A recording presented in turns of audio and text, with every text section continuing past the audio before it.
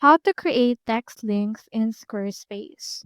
So to do that, first head over right here into your Squarespace dashboard and click on this edit site. Now choosing here the page that you want to edit.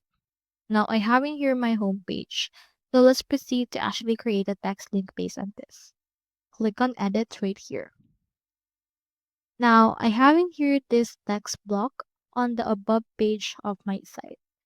So I want to actually highlight a specific part of it and insert a link there.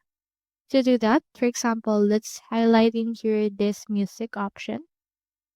And once you have highlighted it, just head over and click on this link and enter in here a link for that.